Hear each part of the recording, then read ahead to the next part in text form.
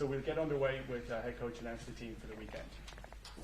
The team to start against Scotland this Sunday is Ken Healy, Rory Best, captain, Tyg Furlong, Ian Henderson, James Ryan, Peter O'Mahony, Josh van der Fleer and CJ Stander.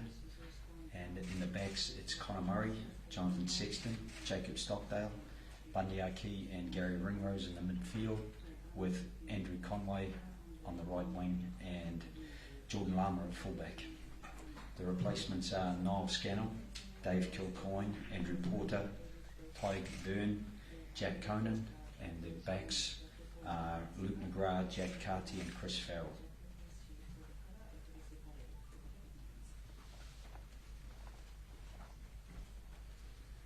Joe, I'll just get your thoughts on the selection. I mean, with the players injured in the backs particularly, was it the case that the team kind of picked itself? Not really.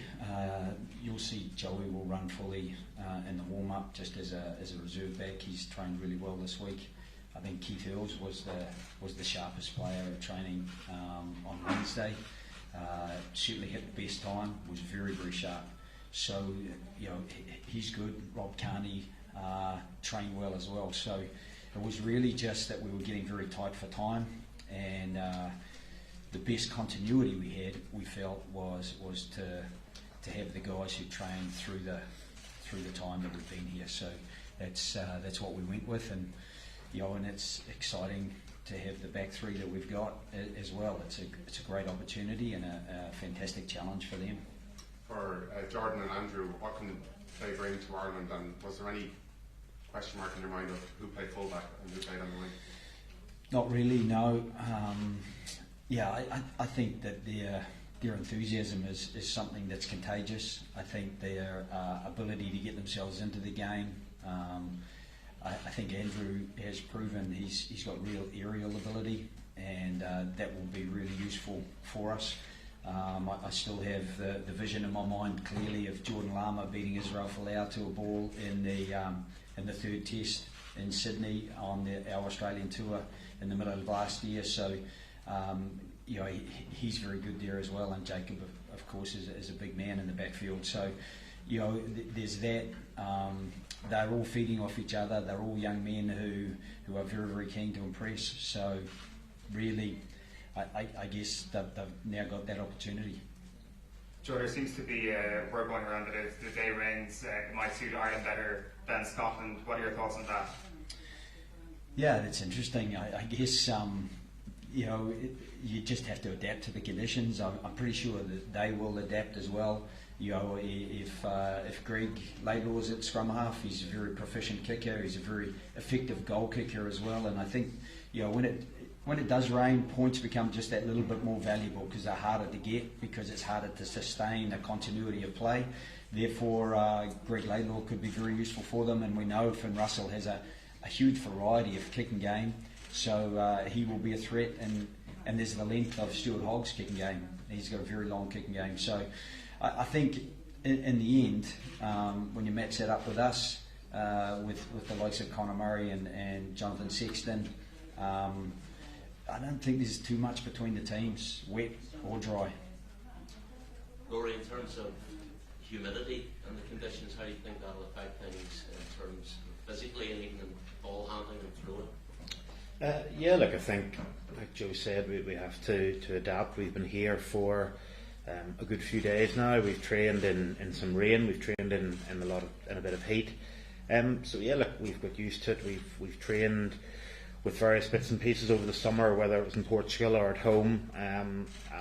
We've geared ourselves up. We knew what the potential conditions would be, and I think we're in a good place for that.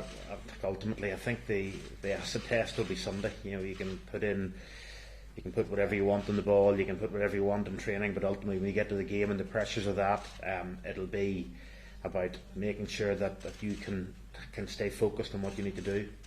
Joe, I don't know if you've seen the surface game the night before. How do you think it's going to stand the test? Yeah, I haven't seen the surface since we had a look here some months ago. So whatever the surface is, we'll have to cope with. If it has been chewed up a bit by by the All Blacks and the Springbok. That's a pretty big game, some pretty big men running around. But I've no doubt one of the things that has impressed me is how quickly they can turn around a manicured surface. We trained in Ichihara there, and they'd very quickly turn it around and make sure that it was in tip-top shape each time. So, the surface was good here. The 2 games we played in Ajinomoto and in a Copa Stadium last time we were here in 2017, in the summer of 2017. So we would anticipate a very good surface, even if it is a little bit wet. Joe, obviously you've been building to this game for a while. At the end of last year, Johnny had said after such a great year, you guys haven't peaked yet. Are you ready to peak now? You've just got to hope so. I can't guarantee anything. In 48 hours' time, we'll have a better idea. We'll be just arriving at the stadium and getting ready to warm up, and I'll be anxious. Some of you people, you've been great supporters of ours, and you'll be anxious as well, because you never quite know. But one thing I will be really confident of is that we will be tough to beat. That in 48 hours' time, I think you'll see a very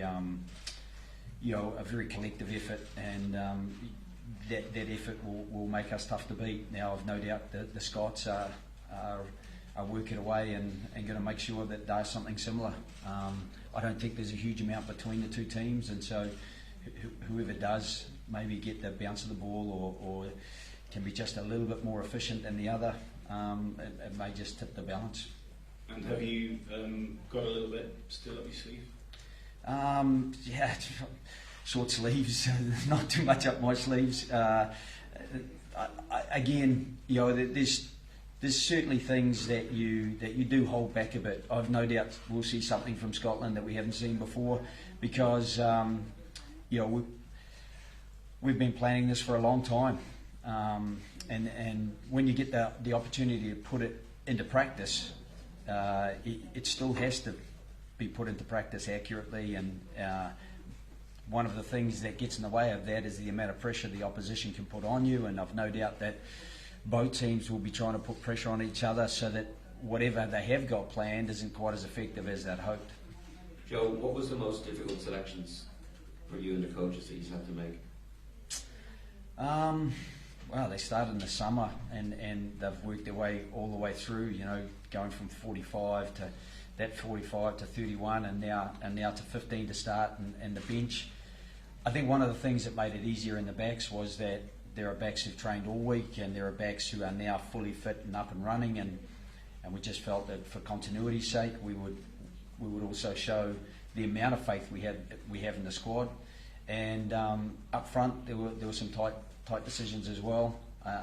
We've been really happy with some of the guys who've come off the bench for us, and if they can continue to do what they're doing, whether a player starts or comes off the bench, they are every bit as important to us, because that in the last quarter of the match, that's if the teams are close, that's pivotal, and we need the right people coming off the bench doing the right job. So I think across the board, I think we're happy with the starting 15 and the bench, and we'd be happy to supplant some of those guys with some of the guys who aren't there, but that's what you've got to be confident of when you've got a squad of 31. You've got to be confident of all 31 of them.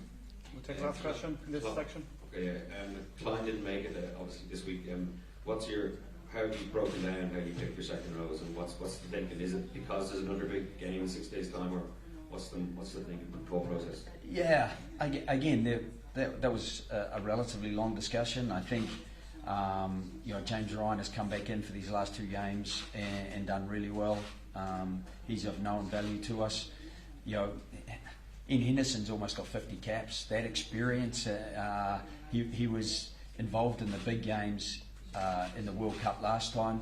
I think to have that experience is really important, particularly in the first game out. So for Jean to kind of find his way into the tournament, I've no doubt that he'll feature in some really important games for us. Coming off the bench, Tyke Byrne, he has ability to change the game up a little bit, so we felt probably his versatility across the whole back five, specifically in the second row for us, because we've obviously got Jack Conan on the bench as well, but we do feel like he gets great pressure on the ball. He has a little bit more time with us than Jean has had, so we just kind of felt for continuity again, we would go with that combination. Okay, we'll switch now into the embargoed written word. Okay, so TV cameras down.